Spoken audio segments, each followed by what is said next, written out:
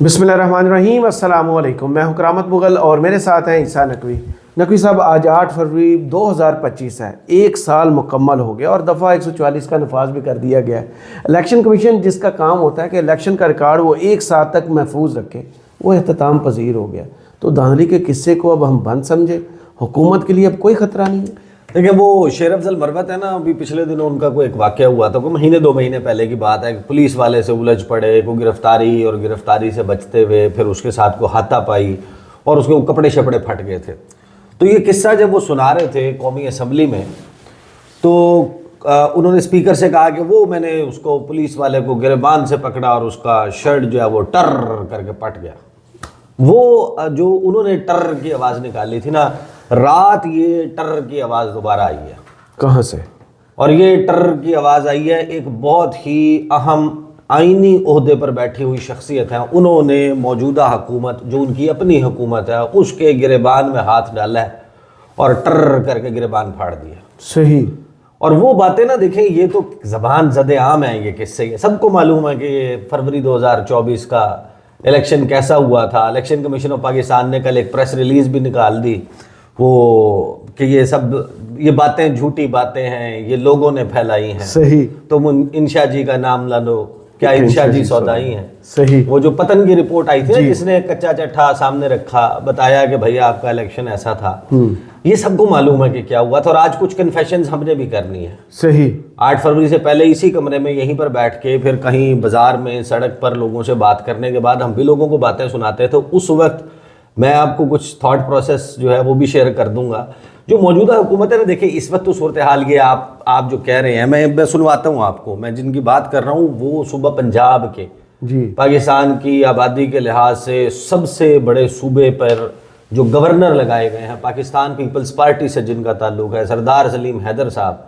और वो वफाक की एक इकाई में सदर मुमलिकत की तरफ से नुमाइंदा रियासत के नुमाइंदे हैं, आईनी ओहदे पर बैठे हुए हैं। और उन्होंने अपने ही हुकूमत के लोग किस तरीके से कौमी असम्बली में, सूबाई असम्बलियों में पहुँचे हैं, उन्होंने बड़े ज़बरदस्त तरीके से डॉन टीवी पर बयान किया नादर गुरबानी के शो में। लेकिन उस पर आने से पहले देखें, आप आगाज़ में जो बात कर रहे थे ना कि देखें अब तो कोई मसला नहीं है, वो और हुकूमत के भी बहुत सारे लोग इस जोम में रहते हैं, बात करते हैं इसके हवाले से। लेकिन वो उनकी सूरत हाल ऐसी ही है जैसे सड़क पे एक बंदे का एक्सीडेंट हो गया, वो बेचारा इस दुनिया से गुजर गया, उसका सर फुटपाथ से जाके टकराया, भेजा खुल गया, सड़क पर बिखर गया, हाथ पाँव टांगें सारा कुछ जो है वो उसका टूटा हुआ था। तो एक इसी तरह का जो है वो आपकी तरह का खुश मिजाज सा बंदा साथ से गुजरा। या जिस तरह मीडिया पे आजकल कुछ तज्जियाकार बैठे होते हैं, कुछ सहाफ़ी बैठे होते हैं, उन्होंने जो तारीफ़ें करते हैं कि हाँ बच गया, सब कुछ बेहतरीन हो गया, सारे सब्ज़ बाग दिखाते हैं। उसने जाके उस बंदे को देखा, उसने कहा वाह बेहतरीन, ये शुक्र है आँख को कुछ नहीं हुआ, आँख बच गई। तो वो मौजूदा हुकूमत की ये है। वो मूवी देखी ना आपने, वो मुन्ना भाई MBBS जी, उसमें वो एक कैरेक्टर है आनंद बनर्जी, वो अस्पताल में होता है जो सब्जेक्ट ना, सही, कोमा वाला। हाँ कोमा वाला, जिसके बारे में वो इंट्रोड्यूस करवाते हैं कि सब्जेक्ट ना बोल सकता है, ना देख सकता है, ना महसूस कर सकता है, सब्जेक्ट के ऊपर हम एक्सपेरिमेंट करते हैं। तो मौजूदा हुकूमत पे तो 1 साल से हम एक्सपेरिमेंट कर रहे हैं। ये तो सब्जेक्ट है, ये तो अपनी मर्जी से ना बोल सकता है, ना देख सकता है, ना महसूस कर सकता है। सब्जेक्ट तो वो करता है जो करने का कहा जाता है। तो इस हुकूमत के बारे में तो छोड़ देना, इस हुकूमत की क्या वैल्यू। नवाज शरीफ जो आज बैठकर बड़ी दीदा दलेरी के साथ वो बातें करते हैं, आजकल वो MNAs और MPs से मिल रहे हैं और कह रहे हैं कि अल्हम्दुलिल्लाह मेरी सबसे बड़ी ताकत जो है वो अवाम के नुमाइंदे हैं।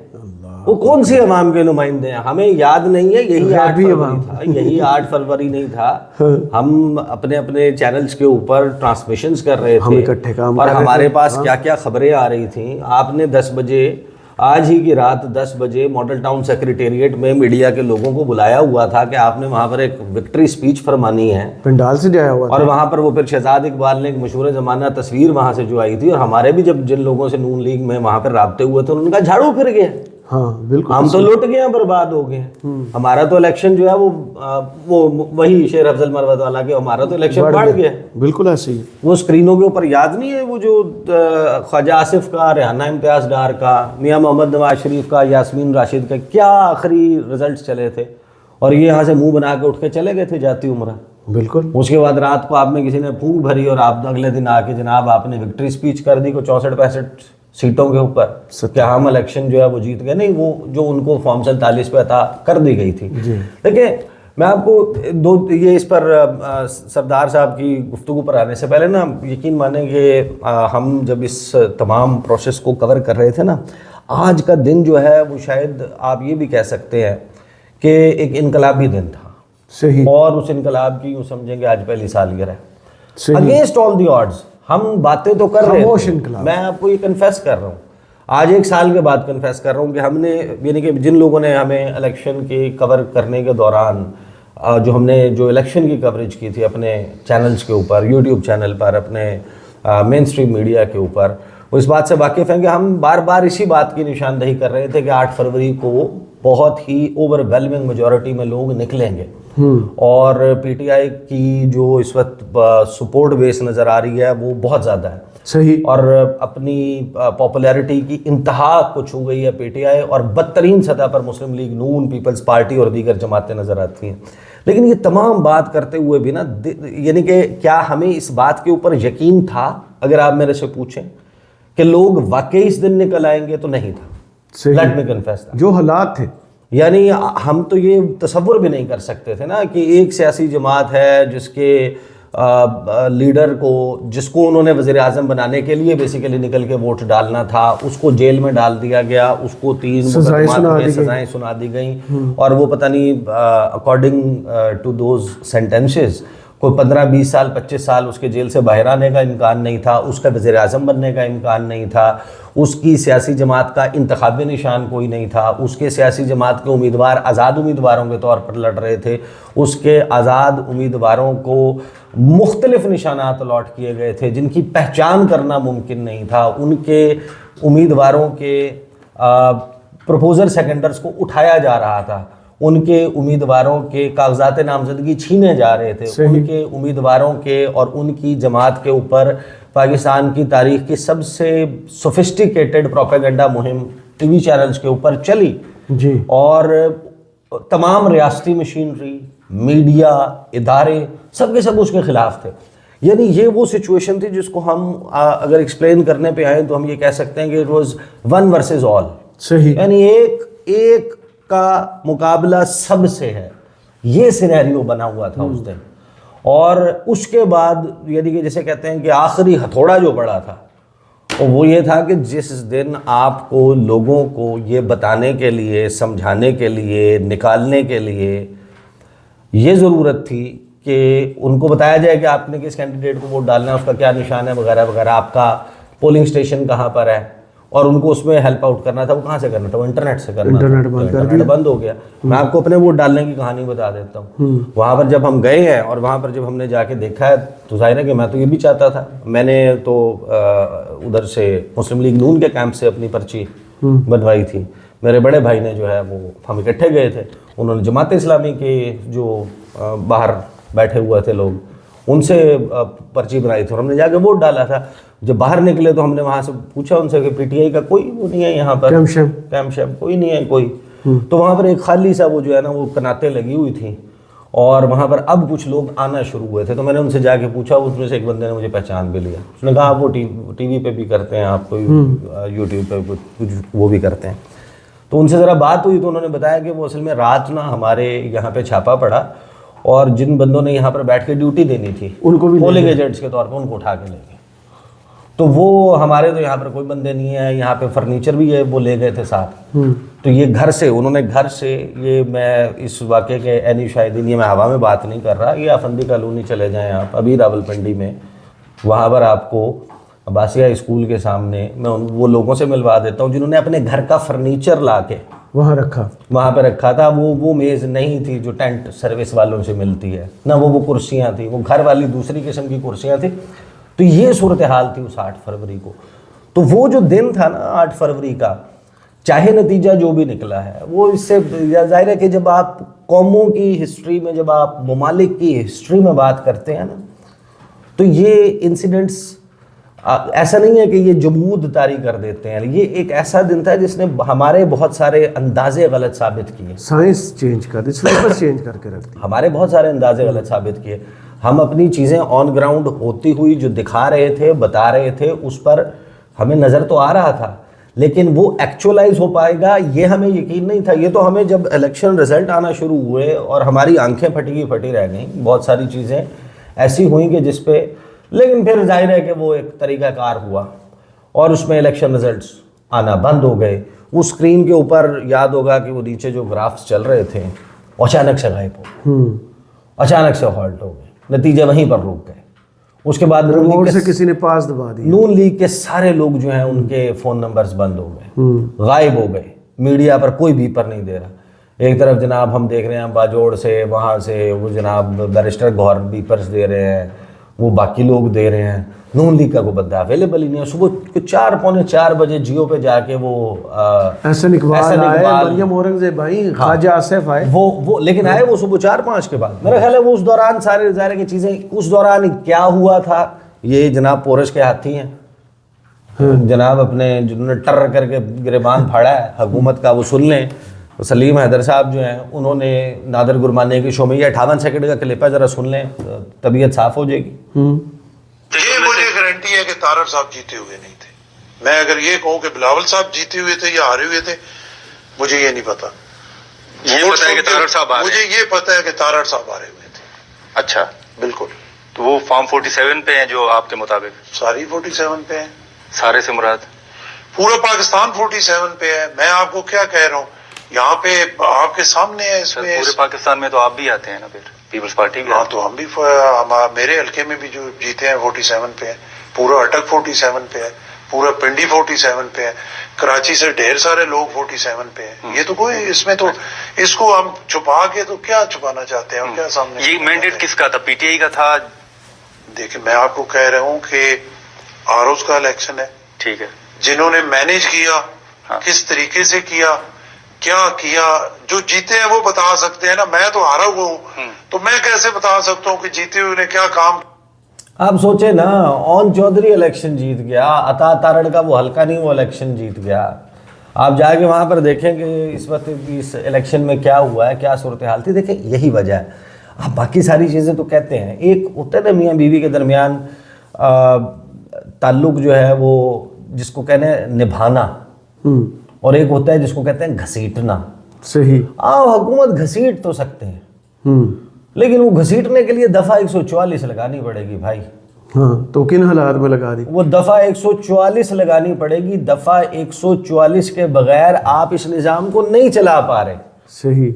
ये हुकूमतें नहीं हुआ करती। वो क्या खबर आई है, चला तो रहे हैं ना, क्या आई है खबर? चला रहे हैं। कल एक मीटिंग की गई कि जलसे की इजाज़त नहीं देनी, हाई कोर्ट से इजाज़त मिल चुकी थी, ज़िला इंतज़ामिया के साथ को 5 घंटे का इजलास चलता रहा, और उसके बाद आ गया कि क्योंकि 3 वजूहात हैं लाहौर में। पहली बात यह है कि इंटरनेशनल स्पीकर्स कॉन्फ्रेंस हो रही है, थ्रेट है जी, नहीं कर सकते। दूसरा आया जी कि हार्स एंड कैटल शो है लाहौर में, फ्री दाखिला रखा हुआ कि ज़्यादा से ज़्यादा लोग आए उनके लिए। फिर तीसरी लगा दी कि पाकिस्तान और न्यूजीलैंड का मैच है, तो दहशतगर्दी का उसमें लिखी हुई है लाइन, आप देखें दहशतगर्दी का ख़तरा भी है। अब सफ़े मातम इनकी अक्ल पर बिछाएं कि यार ये किस तरह सोचते हैं कि आप क्रिकेट को वापस ला रहे हैं। 96 के बाद ये सबसे बड़ा टूर्नामेंट है पाकिस्तान में, और आप उस वक्त एक सर्कुलर जारी कर रहे हैं कि इस वक्त ख़तरा है कि लोग मैच देखने भी आए, हमने बड़ा स्टेडियम बना के हमने नारे भी आज लगा दिए। सारी बातों में तजाद है ना भाई। तो यही तो मैं करामत मुगल साहब, इन तमाम बातों में तजाद है। सबसे पहली बात ये कि आप ये कह रहे हैं कि दफ़ा 144 नाफिज कर दी। दफ़ा 144 4 बंदों से ज़्यादा, 4-5 बंदों से ज़्यादा आप इकट्ठे नहीं हो सकते, और उस दिन आपने वहाँ पर एक क्रिकेट मैच करवाना है, खाली ग्राउंड में होना है क्रिकेट। उससे पहले आपने उसकी कैपेसिटी बढ़ाई है ना कि ज़्यादा से ज़्यादा लोग आए, और फिर दफ़ा 144 लगा दिए हमने। हाँ। साइंसदान तो हम है ना, हमने दाखिला फ्री रखा कि हार्स एंड कैटल शो में आप आए, शिरकत करें, ज़्यादा से ज़्यादा इंजॉय करें। दफ़ा 144 है, कौन आए? दफ़ा 144 ताकि पकड़ धकड़, लेकिन दफ़ा 144 तो टारगेटेड दफ़ा 144 है ना। बट जो इसमें सीरियस बात है वो आपको याद है कि नवंबर 2022 जब खान साहब जो हैं वो इधर पिंडी आए थे क्रिकेट स्टेडियम के साथ, 6 रोड के साथ, और उस वक्त एक लीक किया गया था डॉक्यूमेंट। जी, जारी किया गया था बकायदा? नहीं, लीक किया गया था। वो राना सनाउल्लाह साहब की मिनिस्ट्री की तरफ से, इंटीरियर मिनिस्ट्री का एक लेटर जो है वो लीक कर दिया था मीडिया को, और उसमें ये कहा गया था कि अमेरिका और बैनुल अक़वामी अफवाज के अफ़गानिस्तान से इनखला के बाद दाइश, अलकायदा, तहरीक तालिबान पाकिस्तान और पता नहीं कौन कौन से लश्कर वो पाकिस्तान आ चुके हैं, और उनकी बड़ी एक्टिव प्रेजेंस है पिंडी इस्लामाबाद में, और वो यहाँ पर पीटीआई के रैली को टारगेट कर सकते हैं। सही। और इस सिक्योरिटी की थ्रेट की बुनियाद पे उन्होंने कहा इजाज़त नहीं है, और यहाँ पे नहीं कर सकते और वहाँ पे नहीं कर सकते, ये सारा कुछ उन्होंने किया था। आप खुद सोचें। और फिर यही हुकूमत है जिसने सुप्रीम कोर्ट ऑफ पाकिस्तान में ये रिपोर्ट जमा कराई थी कि पाकिस्तान में हमारे पास सिक्योरिटी फोर्सेस नहीं है, कच्चे का भी ऑपरेशन है, इतने 7 माह बाद इलेक्शन अक्टूबर में करवाएंगे, फलां चीज़ है, नहीं हो सकते और हमारे पास, और इतनी दहशतगर्दी है। यानी ये वो हुकूमत है जो अब इस 8 फरवरी के जलसे को रोकने के लिए दोबारा ये डॉक्यूमेंट्स निकाल रही है। अब आईसीसी में क्या टॉक्स करते रहे आप जाके, इंडिया को यहाँ लाने के लिए आप क्या मंजन भेजते रहे कि ये सब ठीक है, सब ठीक है? तो अब ये डॉक्यूमेंट अगर वहाँ हाथ लगता है, इस डॉक्यूमेंट से आप देखें ना, ये वो वक्त है जिस वक्त आप शहबाज राना साहब की रिपोर्ट देखते हैं जो ये कहते हैं कि 50 साल की कम तरीन सतह पर आपकी इन्वेस्टमेंट चली गई। आप पूरी दुनिया से कह रहे हैं कि हमने सरमायाकारी लानी है, 100 अरब लानी है, पर 25 अरब लानी है एक मुल्क से, उसमें से 10 अरब डॉलर हमने वापस भी नहीं करना। तो जब आप ये रिपोर्टें निकालेंगे कि आपके मुल्क में ये दहशतगर्दी है, और आप अपनी सियासी जमात के सियासी कारकुनों के ऊपर भी दहशतगर्दी के, ऐसा बिल्कुल भी नहीं है कि कोई सियासी जमात का बंदा कोई कानून हाथ में नहीं ले सकता, या सियासी जमात का बंदा जो है उसने दूध से धुले हुए होते हैं, या पीटीआई में सारे लोग कोई बहुत ही पवित्र हैं, उन्होंने भी हो सकता है कि अपने अपने हाथ मारे हों, किसी का खांचा हो, किसी ने करप्शन की हो, किसी ने कानून हाथ में लिया हो। उनकी दफात है ना, 780 तो नहीं है उनकी दफा, दहशतगर्दी। यानी दहशतगर्दी की दफा का मतलब यह है कि भाई अगर आज आपको कहीं इंटरनेशनली ये नंबर पेश करना पड़ जाए कि इस मुल्क में कितने लोग हैं जिनके ऊपर दहशतगर्दी के पर्चे हैं, या कितने लोग हैं जो दहशतगर्दी के इल्ज़ाम में जेलों में पड़े हुए, इंडिया कहता है आपको कि आप एपी सेंटर ऑफ टेररिज्म है, आप वो मरकज है, मंबा है दहशतगर्दी का। आप लोगों ने तो नंबर देखना है ना, ये तो नहीं जाके देखना कि ये जनाब इसका कसूर था फलां जगह के ऊपर किसी सियासी जलसे में शिरकत, इसका कसूर था फलां जगह के ऊपर। यानी इस किस्म के इल्ज़ामात पर इसी किस्म के इल्ज़ामात लगाएं, जिसने जो किया उसकी सज़ा दें। But when you do this कि आपने उन सबको उठा के दहशतगर्दी के पर्चे डालने हैं, नंबर आप कहीं पे भी कोट करके दिखाएं कि भाई हमारे यहाँ इतने हजार लोग इस वक्त दहशतगर्दी के मुकदमात में उनके ज़ेर समात, ये दहशतगर्दी के मुकदमों में अंदर है, तो वो आपको कहेंगे हाँ ठीक, तो ठीक है ना, फिर इसका मतलब है ठीक कहते हैं। तो बाकी आपके बारे में यहाँ 16,000 नामालूम अफराद के खिलाफ पर्चा नहीं कटा था। हाँ, तो बस यही सूरत हाल है। आपने जिंदगी में सुना था? हाँ, तो ये जो हुकूमत है ना, इस हुकूमत का तो सूरत हाल यही है ना कि अपने बेगाने सारे नून लीग के किसी भी बंदे को, मैं एक टॉक शो करता हूँ हफ्ते में 4 दिन 8 से 9 बजे प्राइम टाइम का शो करता हूँ एक टीवी चैनल के ऊपर, और टीवी चैनल पे आपकी रिक्वायरमेंट होती है कि आप ऐसा नहीं कर सकते कि आपके पास सिर्फ एक ही जमात के लोग बैठे हुए हों। हमारे पास हर जगह के लोग आते हैं, हर सियासी जमात से लोग आते हैं, सहाफ़ी आते हैं, वकला आते हैं, मुख्तलिफ वॉक्स ऑफ लाइफ से लोग हमारे पास प्रोग्राम में पार्टिसिपेट करते हैं। एक बात होती है आपकी कैमरे के आगे, एक होती है कैमरे से हट के। मैं आपको क्या क्या बताऊं, जाहिर है कि वो चीज़ें कॉन्फिडेंशियल होती हैं। आप जाहिर है कि एक और चीज़ होती है, एक on camera, of camera, on the record, of the record की हुई बात। नून लीग के किसी भी बंदे से हम प्राइवेटली जब बात करते हैं, उन्हें बहुत अच्छे से पता है, वो कन्फेस करते हैं हमारे सामने। आप कायम ही रह जाएं, आप उस झूठ को ही निभा कर लें, आप कहते हैं कि नहीं। मैं नाम तो नहीं लेता, इलेक्शंस के फौरन बाद एक मुलाकात भी हुई थी इस्लामाबाद में, याद होगा। उन्होंने कहा था मैं किस मुंह से जाके डिफेंड करूं कि मैं जीता हूं, मैं कैसे वोटर्स के सामने जाके इतना झूठ बोलूं, मेरे में हिम्मत नहीं है। लेकिन कुछ लोग ऐसा नहीं है कि नून लीग, लेकिन आजकल वो धड़ल्ले से, हाँ, लेकिन मैं आपको दिलचस्प बात बताऊं कि नून लीग में भी ऐसे लोग हमने फिर देखा कि ये नायाब लोग हैं कि जिन्होंने मेरी इतला के मुताबिक जाती उमरा में वो जो वक्फा था ना जी, जब इलेक्शन रिजल्ट आना बंद हुए थे और 4 घंटे का, हाँ, मियाँ साहब रवाना हो गए थे, जाती उमरा चले गए थे, उस दौरान अपनी लीडरशिप को ये कहा कि ग्रेस इस बात में है कि हम शिकस्त कि हम हार गए इलेक्शन, हमें तस्लीम कर लेना चाहिए। और तस्लीम करके 4-6 महीने मौजूदा इस्टेब्लिशमेंट और पीटीआई के दरमियान हालात ठीक नहीं हैं। इन्होंने दस्तों गिरेबान होना है और 4 से 6 महीने के बाद इनकम्बेंसी फैक्टर की वजह से, हुकूमत में होने की वजह से तहरीक इंसाफ की लड़ाई हो जाएगी, वो किक आउट कर दिए जाएंगे, लेजिटिमेट चीज़ें हो जाएंगी, कुछ और कोई अवाम का रुख पलट जाएगा, हम जेन्युइन इलेक्शन से आ जाएंगे। 6-8 महीने की, साल की गेम है ये। सब्र कर लें ये कहा गया, लेकिन फिर उस पर एक शख्सियत ने ऐसे हाथ उठाया कि आपसे जब मशवरा और उन्होंने कहा कि नहीं, उन्होंने कहा कि जो चीज़ें तय हैं उनके ऊपर, ये मैं आपको, ये मुझे नून लीग के एक बंदे ने जो उसका हिस्सा था उसने मुझे कहा कि वो एक शख्सियत है, उन्होंने हाथ उठाया।